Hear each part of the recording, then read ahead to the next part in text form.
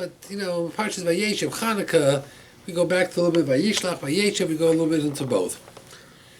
If you remember, last week I told you, on Parshas Vayishlach, that Rabbi Yehuda HaNasi said that before he ever made the trip to Rome, before he ever traveled anywhere, he always read through Parshas Vayishlach. Because Parshas Vayishlach gave him instructions on how to deal with the outside world. When we talk about that Yaakov told Yosef all that he learned to Beis Medrash Shem Ve'ever. What did he learn in Beis Medrash Shem Ve'ever? If it was the basic Torah, he taught Torah to all his children. So they say, what he learned in Beis Medrash Shem Ve'ever? How to deal with the outside world. Politics, those type of situations. Things he needed for Lavan, and things he felt Yosef would need, which was true. Yosef needed that when he dealt with Paro in Mitzrayim. Okay, so in Parshas Vayishlach, we have a general rule. The way Yaakov approaches living in Galut. Yaakov represented Galut. So the general approach was that if you're under foreign rule, you give in to the foreign rule.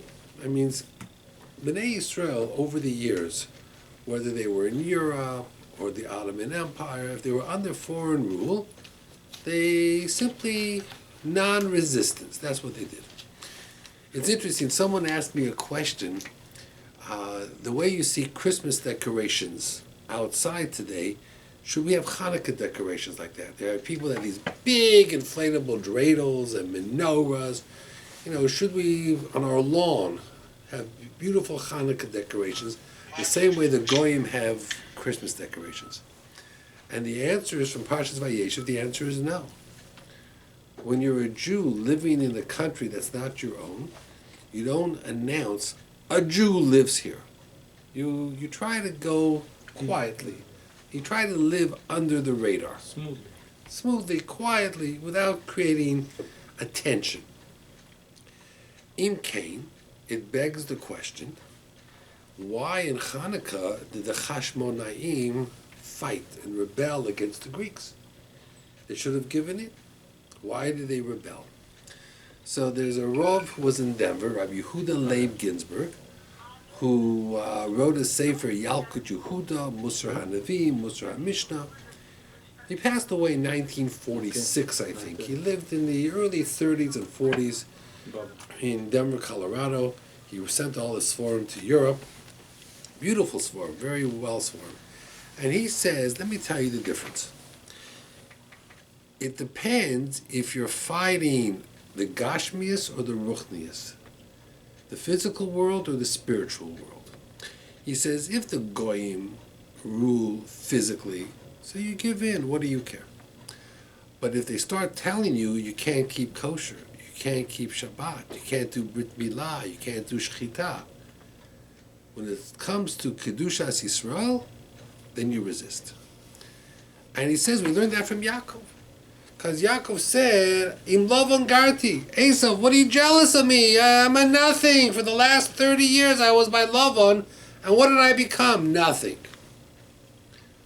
On the flip side, Rashi says, Im Lavan Garti, if you're trying to make me a goy, just know, Lavan tried, V'tayag mitzvah shamarti, kept the entire Torah. So we know that there are two approaches, physical and spiritual. They talk about the difference between the grogger and the dreidel.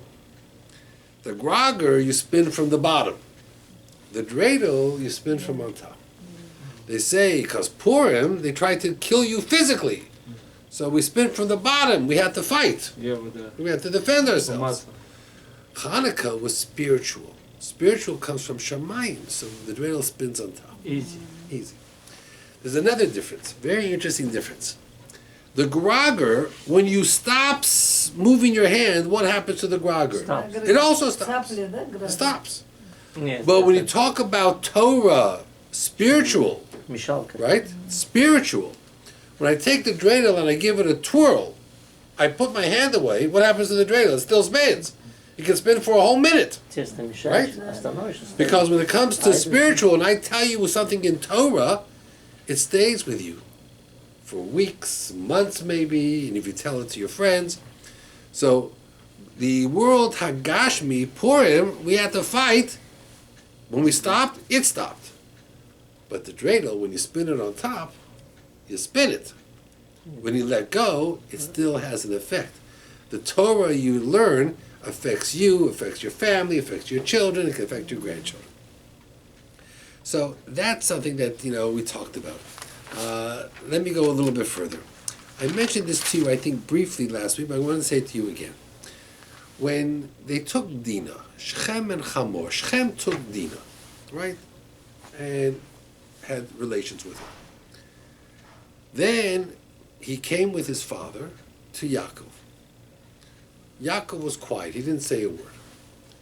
When the brothers come, they start saying, well, you want to do this, you got to do Brit Milah, a whole bunch of different things.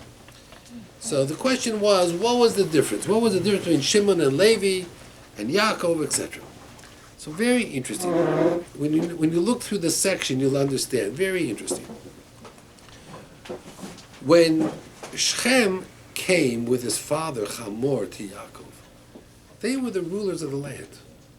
They said to Yaakov, we took your daughter. Yaakov said nothing because if you're the rulers, I have to give in. But what the brothers saw was that Shechem and Hamor were not just affecting leadership. They were affecting the spiritual Judaism. What did they start saying? They start saying, look, we'll give you our daughters, you give us your sons. There's a total assimilation. When it came to total assimilation, they drew a line and said, no, we can't do it. What's fascinating about the story of Shechem and Hamor, fascinating, is throughout the entire section, never once does Shechem or Hamor say, we're sorry, we crossed the line. When Avimelech took Rivka and found out she was married, you know what Avimelech said? I didn't know. Had I known, I would never have done this. He said, I was sorry. He left instructions. No one touched these people. Paro did the same thing. Never once did Shechem and Hamor say, you know what? Hamor is the father. My son is young. He acted not correctly. Here's your daughter back. Let's start over. My son would like to date your daughter. He could have done it that way. No. And at the end, you know what he says? You're offended. No problem. I have a checkbook. Tell me how much to write out the check for. I'll write out the check. He says, tell me how much we owe you. Tell us the dowry, whatever it is. Whatever you tell us, we'll pay. When a guy comes and offends you and says, oh, you're hurt? No problem. I have money. I'll buy your silence. I can buy you. I can buy and sell you. What does that tell you? When the brothers heard him say, we can buy and sell you, that everything has a price, even your Judaism, that's when the brother says, this guy, we're going to finish him off. This guy is history. We're going to take care of him and his father and everybody in the town also. It's just so interesting. Never once did he say, I'm sorry. It's so important that the whole concept, never once did he say, I'm sorry. I found that to be very, very interesting. Okay. Yosef. Yosef told a bunch of stories to his father, and the brothers were jealous. A lot of different reasons. We know the story. We've gone over the years of the story. There's something called the 10 martyrs. Asara Haruge Malchus. 10 Chachamim, 10 very great rabbis, all were killed. Rabbi Hanina ben Tradion, Rabbi Akiva, Rabbi Chutz Matzah Turgaman, Rabbi Yishmael. Why? To forgive the 10 brothers who were involved in the sale of Yosef. We read about it twice a year. Yom Kippur in the Musaf and on Tisha B'Av. Okay. Rabbeinu Bachai asks a very interesting question.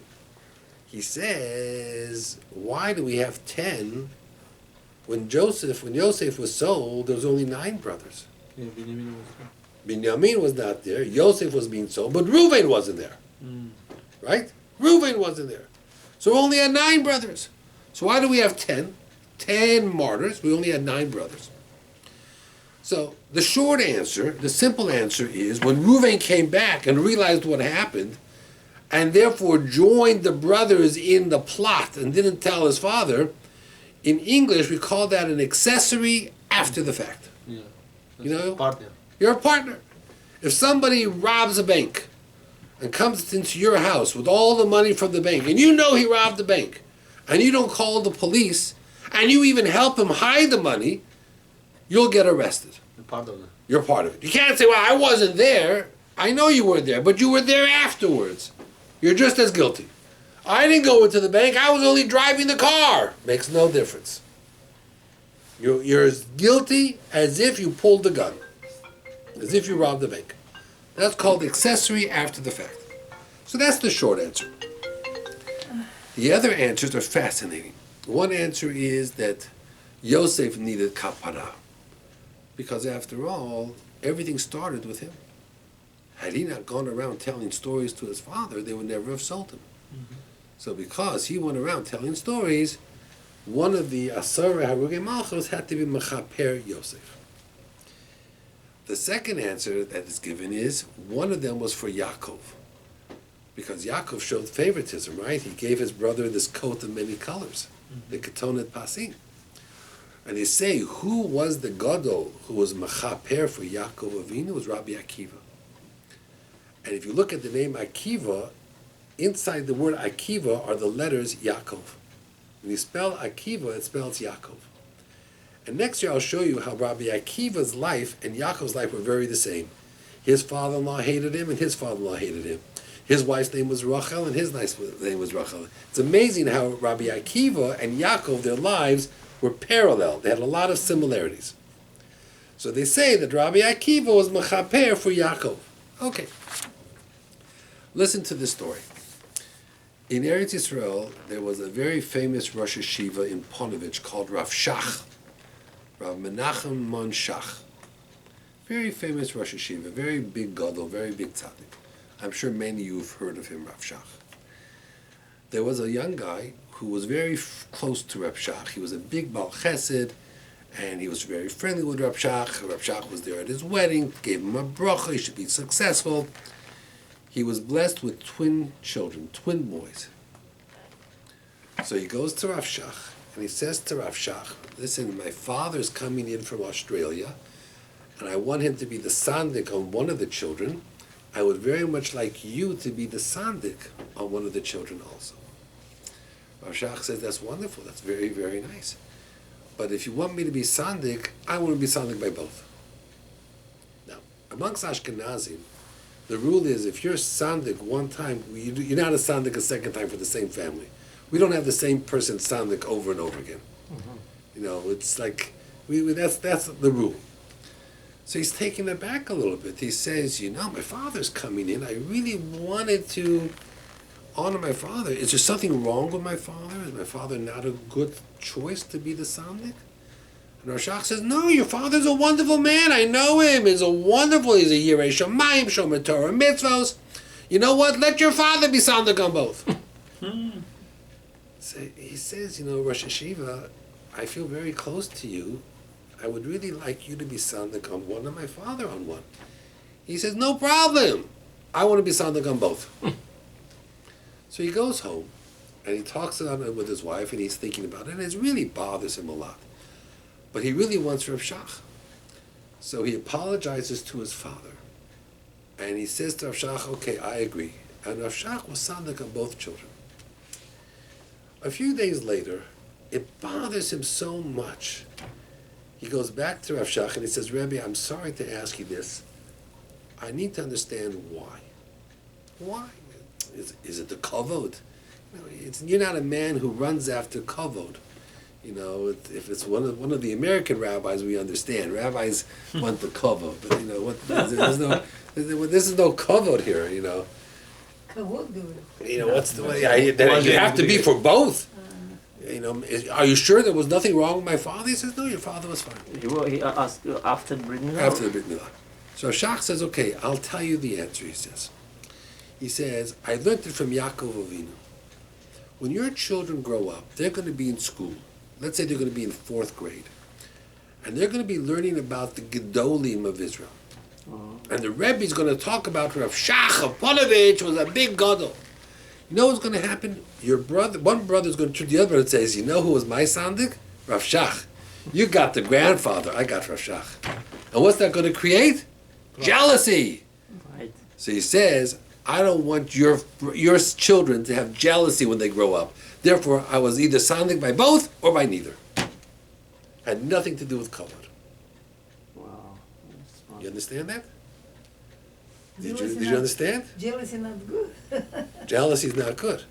He was afraid when the children get older, the one who he was the sandik for will make fun of the other one. I had Rav Shach as my sandik. Who did you have? You just had the Zayda. You just had the grandfather. He says, I didn't want jealousy with your children. That means we see the world one way. The Gedolim see the world a different way. Let me give you another example. I'm going to tell you this next year. I was working on for next year. Listen to this story. It says, Vayeshev Yaakov be'eretz megudei aviv. Yaakov lived, in Eretz Canaan. Rashi says, Yaakov wanted peace and quiet. Bikesh Yaakov leishe b'shalva. He wanted peace and quiet. Hashem said, it's not enough that a tzaddik gets the world to come. You want this world also? Right away came the whole story with Yosef, which was crazy. It's interesting. You look at Parshas Vayeshev. I don't know if you noticed this. Every single pasuk, but 8, begin with the letter Vav. Did you know that? If you go through the Parsha, every single pasuk starts with the letter Vav, except 8 psukim. That means there's over 100 psukim, all begin with the letter Vav. It never happens anywhere. You know what Vav stands for? Vay, oy vay. The whole Parsha is one tragedy after another. The brothers, the jealousy, the sale, Yosef, Mitzrayim, Potiphar, Yehuda, his wife dies, his children die. He says the whole parsha from beginning to end, you know what you say as you read it? Oy vey, oy vey, oy vey. And therefore there's vav, vav, vav, vav, vav. So Moshe Feinstein says, I don't get it. Is it so terrible to want peace and quiet? Yaakov wanted peace and quiet. Is that so terrible? The Gemara says, for a tzaddik, peace and quiet benefits the community. You know why? Because if the gadol has peace and quiet, he can write books, he can give shiurim. I mean, when a person is at peace, he shares his Torah with others. If a person is always under pressure, nobody benefits. Nobody can get close to him, nobody can talk to him, he's too busy to speak on the phone, he's too busy to give a shiur. So, peace is good for the community, it's good for the Klal Yisrael. So what was so terrible? So listen to what Rav Moshe Feinstein said. I think he said this at the Aguda convention. Rav Moshe Feinstein says, let me tell you what Yaakov said. Yaakov said to Hashem, what was my goal? My goal was to have 12 children and establish the Shvatim. Baruch Hashem, I had 12 children, and each one is better than the next. My job is done. Okay, now I can step back, I can relax. I don't got to be the father. I don't got to be the heavy. I don't got to punish anyone. I can relax. Hashem says, a father, when it comes to children, can never relax. A father has to daven every single day for his child. And listen to this story that they hear. There was a big tzaddik, the Gera Rabbi. Now, Ger was a community near Warsaw. And in Europe, you had the Chidushi Harim, the Sfas Emes. They were big Kabbalists, very, very big Hasidic rabbis. In Israel, in Geula area, you have Ger. It's enormous. And there, the Rebbe was the Beit Yisrael. He wrote a sefer on Chumash called Beit Yisrael. And, that was what he was called, the Beit Yisrael, because of the book he wrote. One of his Hasidim came to him and said to him, Rebbe, I have to go to America for surgery. It's a very serious surgery.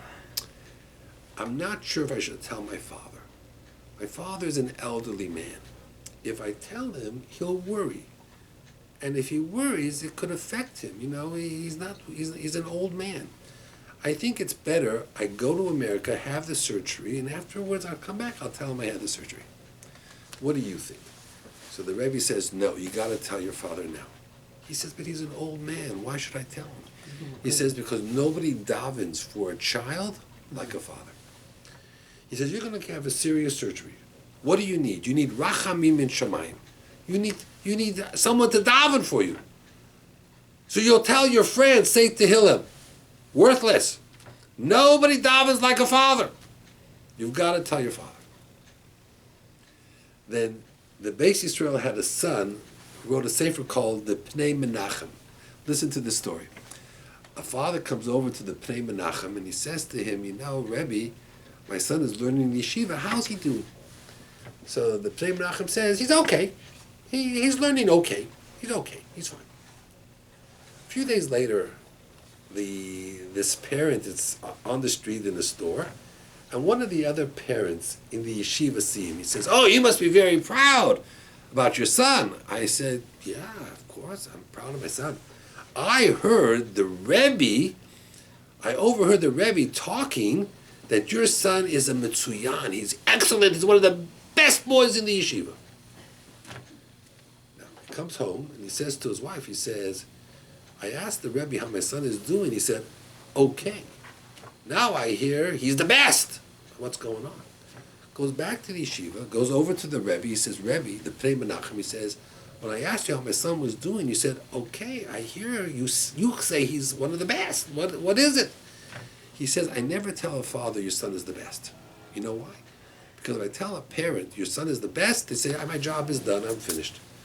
He says, "I always say, okay. So you go home and you keep davening and davening that your son should get better and better and better. I never say a kid is the best. I always say he's only okay." That's what the answer is. Okay? Fascinating how people see the world. Father, important, pray. To daven for your children. See, I'm trying to expand your horizons, to teach you of Gedolim that you're not familiar with. There's a sefer called the Divrei Chaim. The Divrei Chaim was written by the Sans Arov. Now, Sans Kloisenberg was a very well-known, established Hasidic dynasty, big Talmidei Chachomim. The Sans Arov was a very big Talmud Chacham. So was the Ger Rebbe. The Ger Rebbe had phenomenal memory, very big Talmud Chacham. The Sans Arov was such a generous person that people gave him money. He had a drawer in his house. And people threw money in, $10, $100, $1,000. People gave money. He never went to sleep until all the money was distributed. So every day people filled up the drawer. Every day poor people came, and whatever was in the drawer he gave away. When it came nighttime, the drawer was empty. The next day he started all over again. That was known by the Sans Arov. Anyway, towards the end of the day, a father comes to the Sans Arov and says to him, "Rebbe, I have to marry off my daughter, and I don't have enough money for the wedding." So the Sans Arov goes into his drawer and takes whatever's there and gives him, let's say, $200. He needed more than $200 for the wedding.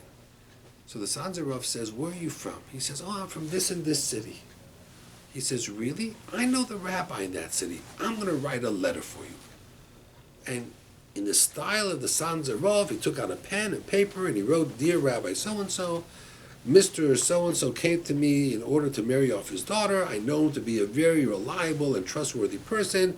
I helped him as best I could. Please help him any way you can." And he says, "Here, take this letter to the rabbi. I'm sure he'll help you." Okay. The guy is all excited. He goes home, goes to the rabbi of the community where he lives. His rabbi. He goes to his rabbi. And he says to his rabbi, "I have here a letter from the Sans Rebbe, from the Sans Arov." He reads the letter. He says, Moshe, he says, "That's not my thing.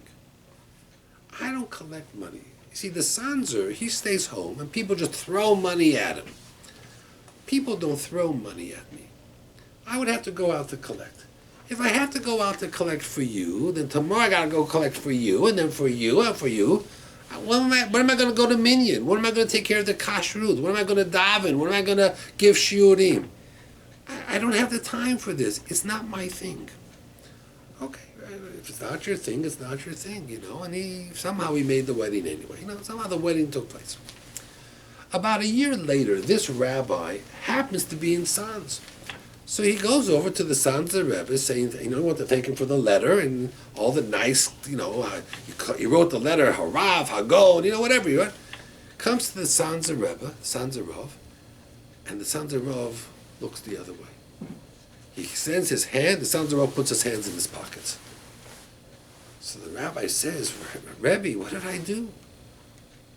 You won't even say hello to me? You won't even shake my hand? What did I do? What sin did I do? What did I do? He says, let me teach you some Chumash. Chumash? Okay, let's learn some Chumash. By Yaakov, it says, Vayeovek, he struggled with a man. Vayeovek im ish, he struggled with a man. Rashi says, it wasn't a man. Who was it? Malach. The Malach. Who's Malach? Esav. Esav's Malach. Okay. This week in Vayeshev, it says Yosef was lost, right? Vayishaleu ish, a man asked him, what do you need? Rashi says, a man, it wasn't a man. It was a Malach. What was the name of the Malach? Michael. Not Michael, Gabriel. Yeah. So the Sons of Rebbe says, I don't get it. Last week it says a man, that was the Satan, the Malach of Esav. This week it uses the same word, man. And Rashi says, it's Gabriel. How do you know? How do we know last week was the Satan and this week is Gabriel? He says, let me explain to you how you know. Last week Yaakov said to the Malach, I want a bracha, give me a bracha. What did the Malach say? I'm busy. I can't do I gotta go sing Shira. I gotta go to Minyan. I gotta take care of kashrus. When the rabbi is too busy to help you, that's Esav. That's the Satan. By Yosef, what happened? The Malach said, the man said, how can I help you? Yeah. You need directions? I'll give you directions. If a Jew was willing to help another Jew, you know who that is? Gabriel. So he says, when the guy asked you for help, what did you say? You're too busy. That's Esav. And you know what? I don't want to shake Esav's hand. And he put his hands in his pocket. Not bad, huh? Not bad. Just, I want to teach you a little Chumash, he said. Let's go learn a little Chumash, he says. I want to teach you a little Chumash. Teach you a little Chumash. Why last week was the Satan and this week was Gabriel? What's the difference? It all depends on you. How you use it. How you use it. You want to help another Jew, you're a Gabriel. You have no time. No time. That's okay. Esav. That's Esav. That's the Satan. Okay? Very interesting. Listen to this. Listen to this. There was a tshuva. A tshuva from Reb Tzadok HaKohen to the Chedushei Harim. The Chedushei Harim was also one of the Ger rabbis. Here was the Shaila. They found a dead body. But the body was so badly decomposed they couldn't recognize the person. Today we have DNA testing, fingerprints, but they couldn't recognize the person. Right, they couldn't recognize. But the wife, whose husband was missing, came and says, I recognize the jacket. That's the jacket I bought him. So the question is, can you let the woman get remarried, an aguna, if she recognized the clothes? She can't recognize the person. So Reb Tzadok HaKohen wrote a teshuvah saying if the wife recognized the clothes, you're allowed to let her get remarried. Where do I know this from? From this week's parsha. When they brought the coat of Yosef, what did Yaakov say? Toraf Yosef! Yosef is dead! His clothes is torn! Yosef is dead! So you see that from the clothes, you can make an announcement the person's dead. That's what he wrote. What's the problem with that? You're not sure. Would be changed. But the No. guy isn't Well, alive. they assume that people don't lend their clothes Yeah. away. What's the problem with bringing a proof from Yosef's clothes? It was alive. He wasn't dead! Listen, he was alive. Right? I mean, you're trying to tell me that this woman can get married because she recognized the clothes. And you say, look, by Yosef, but by Yosef, he wasn't dead. So you see, the clothes don't work. So the Tzadok HaKohen says, no. By Yosef, there was no body. Here, there was a body. You see, when you just have a coat, who knows? Someone could have stole it. But when you find a body and the coat is on the body, then we assume the person is that's the dead person. He says, it's a little different, he says, from Yosef. But it's interesting, the question, right? By Yosef, that's the difference. Last week, I want to share with you one more story. One more story, and then get into a little bit more of the shiurim. Listen to this story. This is a fascinating story. You need to really hear this story. I'm speaking this week in one of the yeshivas. I'm going to use some of these stories. I'm testing it out on you, of course. That's what I'm doing. I'm using you as my test group to see whether you like the story. So if you like the story so far, it means I'm on the right path. It says, Vayivase Yaakov levado. Yaakov was alone. He fought with a malach, and the malach touched him on the thigh, the gid hanosha. And therefore, we today don't eat the gid hanosha, which is the hind quarter of an animal. So the Meforshim say, what's the connection between the malach and Yaakov and the battle and the gid hanosha? What's the connection? So he says, it reminds us that the brothers, Yaakov's children, were at fault because they left their father alone. That means you're not supposed to let a person be alone. Why was Yaakov at night alone going back for some small jars? Nobody went with him. We know that before Yosef went down to Egypt, his father taught him the whole parsha of Egla Arufa. Egla Arufa means that someone gets killed, and the elders of the city have to come and say, we did our job. We made sure to accompany him to the city limit, and we made sure he had food and water, that we're not guilty for his death. That means there's something called levaya, to accompany someone, not just when they die, but you're not supposed to let a person go out by themselves.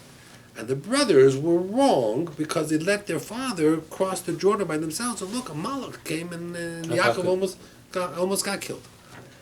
Okay, that's what was brought up. Listen to this story. In Europe, there was a famous yeshiva called the Mir Yeshiva. Eventually, the Mir Yeshiva ended up in Shanghai, in China, and eventually many of them came to America. My father was in China at the time. He was the assistant rabbi, and he was very close to many of the Bachrim, the boys of the Mir Yeshiva.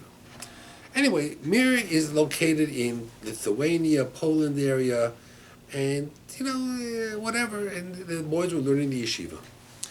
One night, a group of boys are walking home from the Beis Medrash to their apartment, and they hear footsteps behind them. Now, in those days, when you heard footsteps behind you, you walked a little faster. And they start walking a little bit faster, and the footsteps start walking a little bit faster.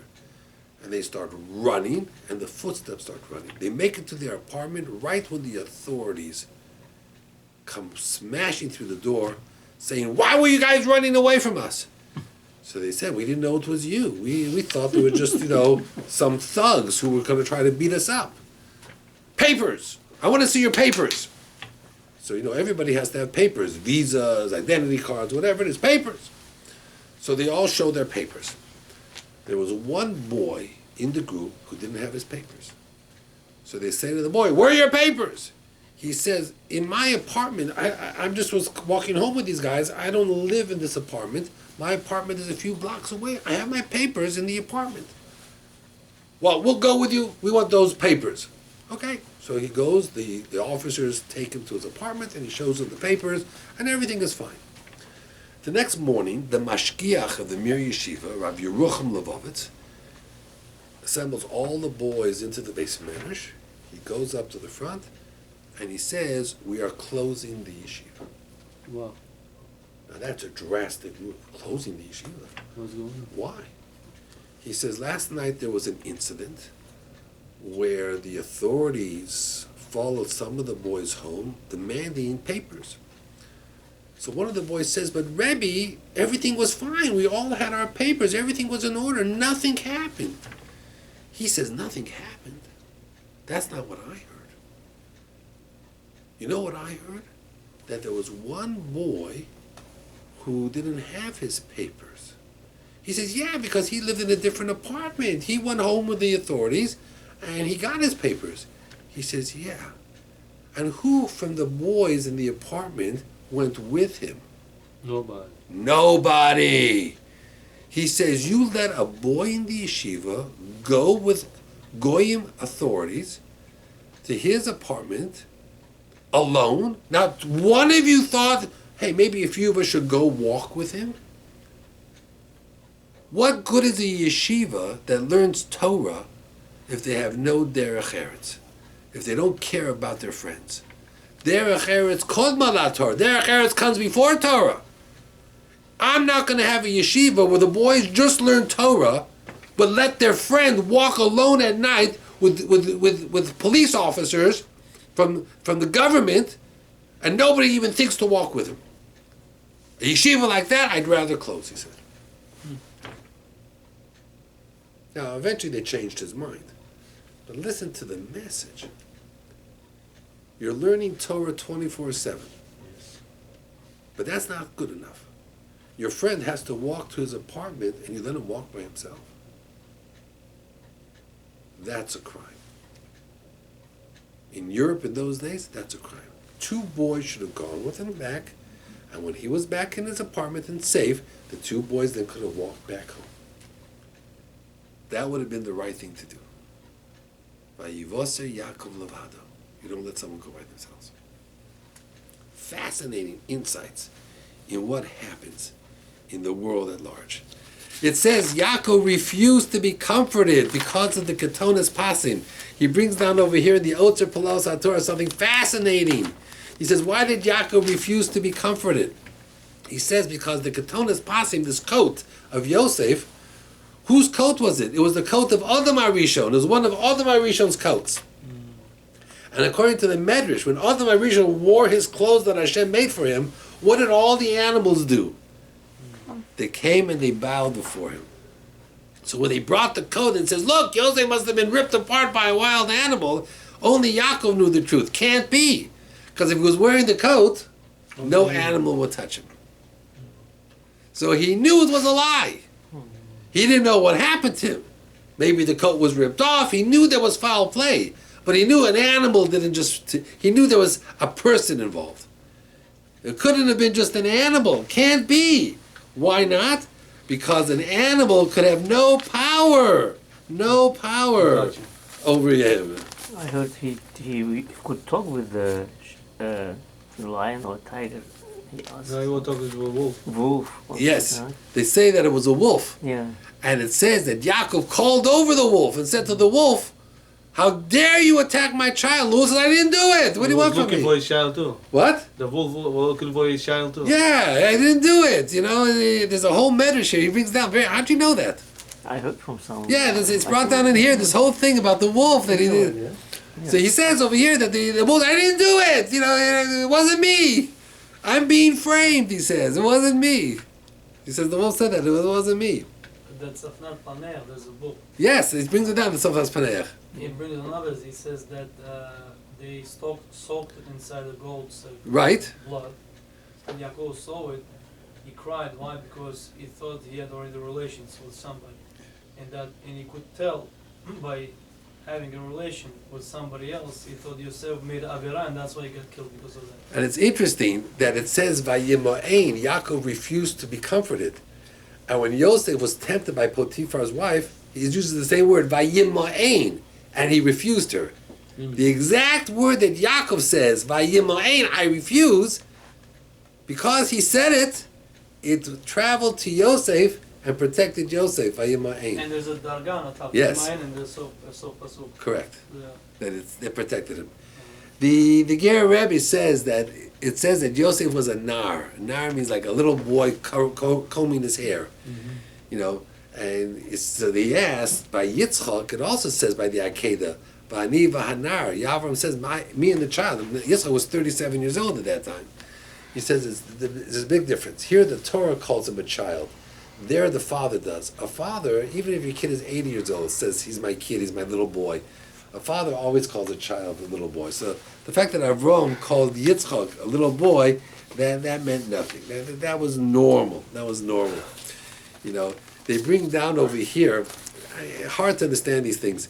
He says, if you think about it, originally Yosef was in Leah's stomach, and Dinah was in Rachel's stomach. And then they davened and they switched stomachs. The baby switched.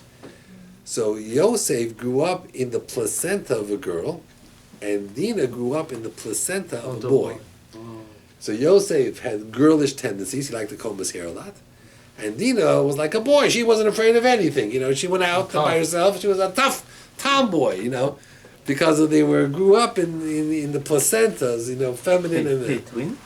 They were born at the same time. They were not twins. I heard today, I saw that, and I'll tell you this next week, that Ephraim and Menashe were twins. Because it says, and he gave birth, singular, Vayilod. So Ephraim and Menashe, Menashe was older. We think was older by a few years. They were twins.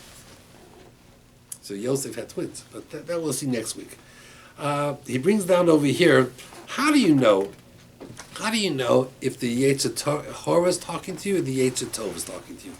So he brings down, he says, if you keep hearing the voice over and over again, you know it's the Yetzer Hara. Because the good malach, the Yetzer Tov, is not a nudnik. It doesn't bother you. That means nobody tells you to do good 24/7. He's not a nudnik. When someone's telling you do this, it's the right thing, and you know it's the wrong thing, the person who tells it to you over and over again, if you keep thinking about it, you know right away it's the Yetzer Hara. It's not the Yetzer Tov that tells it to you. Okay. So now, they sold Yosef. Who sold him? Some people say the brothers sold him. Some people say the brothers never really sold him. He was in the pit. The Ishmaelim found him, sold him to the Medonim. But that the brothers came by after the sale and said, hey, you owe us money, and they got money. So they had 20 shekel, 20 pieces of silver, 20 shekel. And each brother got 2 pieces of silver. So the Pasuk says, what did they do with the money? They bought shoes. So Reb Zalman Sorotskin in the Oznaim Torah says, what's going on over here? I understand one brother needs a pair of shoes, maybe 2 brothers, but you have 10 brothers. All 10 brothers needed shoes. I mean, how was that possible? And these Ishmaelim, what, they were shoe salesmen? they had hundreds of pairs of shoes that it fit them. I mean, what's going on over here? How do you have 10 brothers who all get $10 each, and each one says, you know what I need? I need a new pair of shoes. I mean, that's unheard of. At the same time. At the same time. And Reuven, who wasn't even there, the Pirkei Rabbi Eliezer says, the brother says, hey, what do you think Reuven wants? I know. Shoes. And they bought shoes for him also. I mean, that's crazy, right? Everybody bought shoes. So the Oznaim LaTorah says something very interesting. He says, when they sold Yosef, they knew, it was like the saying, dead man walking, that the chances of Yosef surviving were 0, and spiritually, there was no way Yosef was going to survive spiritually. I mean, just imagine, you're in Egypt, and even after Yosef survives in the dreams, and now he's in charge, he wants to get married, he wants to have a family. Now, he's not going to just marry Goyim. Where in Egypt is he going to find a wife that he could marry? A kosher wife. And all of a sudden, he sees that Osnat has this amulet around her neck from the house of Yaakov. What are the chances? What are the chances that you're the second in command in Egypt? There's 10 million women, and you find a woman with a special necklace that's written in Hebrew that this is the daughter of Dinah, who is from the house of Yaakov, that you could marry her and have kosher children, Ephraim and Menashe. What are the chances? It's crazy, right? Crazy. So, I mean, they thought for sure Yosef was a dead man. There's no chance. So, the right thing to do is, you take off your shoes and you sit Shiva, Avelut. The only exception is that if the Bet Din kills someone, there's no Shiva. That means if someone is Mechalel Shabbat, or is a murderer, and there's a trial, and the Bet Din kills them, the family does not sit Shiva. So the brother said, Yosef is a dead man, and by right we should be sitting Shiva. But he got what he deserved. We believe he was guilty, and therefore it was as if we killed him in Bet Din. So not only are we not going to take off our shoes, but you know what we're going to do? We're going to show the whole world what we did. We're all going to buy new shoes. So everybody says, ooh, you're wearing new shoes. He says, yeah, we just had a major case where someone was judged, and we decided that the guy deserved to die. So we're wearing new shoes. So the Oznaim LaTorah says that he put on shoes to show that. Now, the Sipuno says they really believe they were right. I mean, it's pretty odd, pretty striking, that the brothers were so convinced 100% that Yosef was a rodef, he deserved to be kidnapped, they judged him, they sold him, they covered up the deed to their father. If they were so right, how come they were wrong? What was their mistake? You know what he says? The mistake was that they had no right to be on the Bet Din because Yosef's crime was against them. If you commit a crime against me, I can't be on the Bet Din. They should have gone to Shem. Shem ben Noach was the person everybody went to. By Yehuda and Tamar, who was on the Bet Din, some people say it was Yitzchak and Yaakov, but some people say it was Shem ben Noach. So just like Yehuda went to Shem ben Noach, they should have gone to Shem ben Noach. And therefore, they had no right. They had no right to judge. And because they had no right to judge, and they judged anyway, he says that was a little bit of a problem. And therefore, even though they might have been right, they were wrong. Got to be very, very careful. Okay. He brings down over here, as I told you, Tov Kuf Pei Aleph. Tov Kuf Pei Aleph. I'm not going to read it to you again because we talked about it briefly. It says, Haze'ev Shediber im Yaakov. B'Sefer HaYoshar.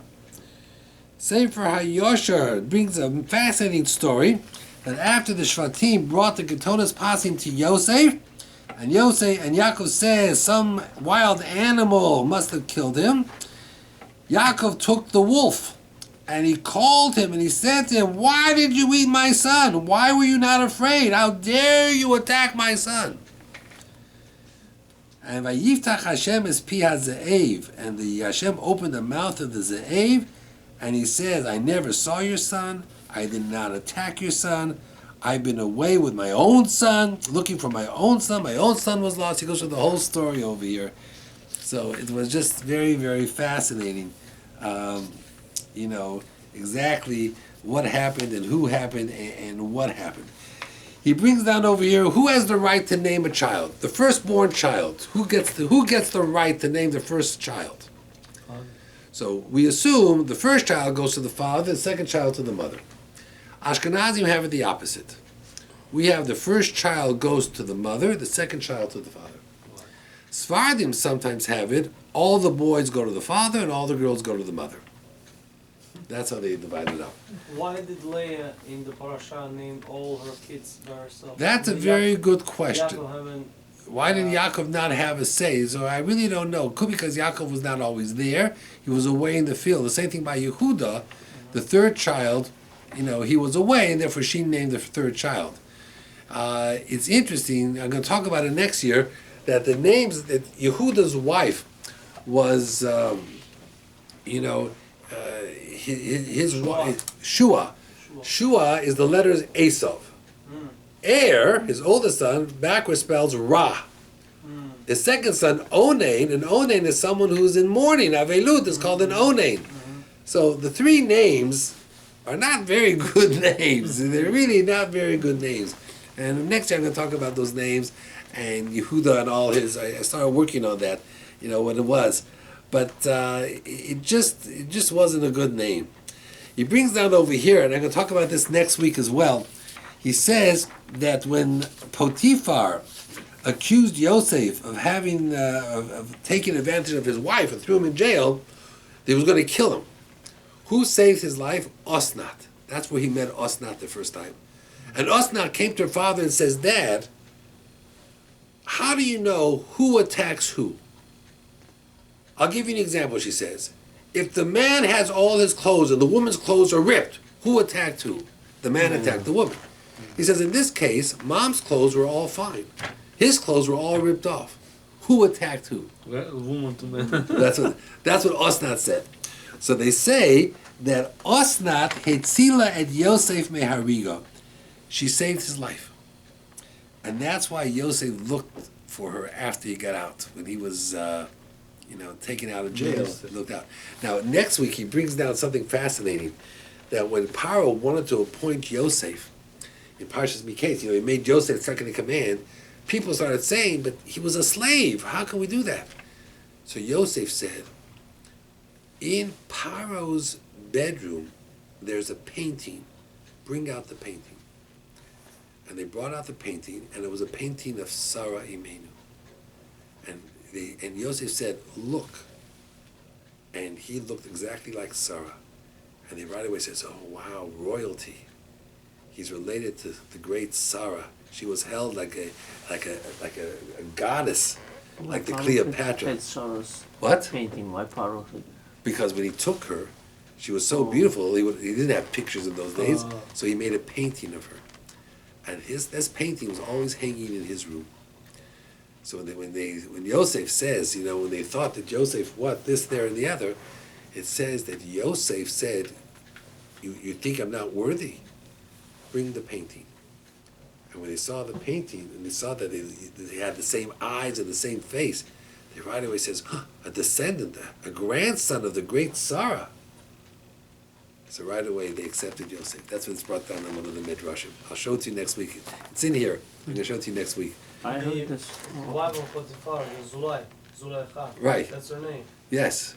And she was an astrologist. Right, and she saw that she was going to... That he was supposed to be his...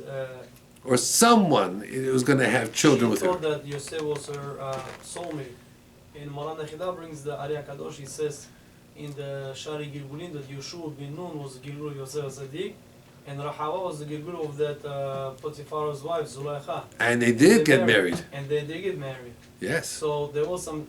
And Arizal brings this. And Rachav Hazona was one of the most beautiful women. Beautiful, yeah. Which tells you, for Yosef to have said no.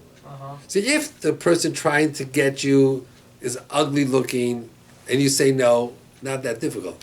But if she's a beautiful model, it's not so easy to say no. I didn't finish my saying. Person has two zivugim. It could be one like Zoyacha, it could Right. be like Asna. So Yosef have the big to get the Osnat than not the Potiphar's wife. So meaning like Zulai was very mean, she was judgmental. The Osnat was Midah Rachamim. So the person in life, why people divorce? Because either they get the Osnat in their life or either they get the Zulaicha. Just like the Yosef. I would hate to take a study how many people think they got the Osnat. How many people think they got the Zulaicha. You can be both. Coming it up. It would be 99.9. Zulai. Yeah. That's what Bukhari himself, the name Zulai is like... Oy vey, beer. Anyway, have a great night already. It's already... Look how the time flew. Yeah.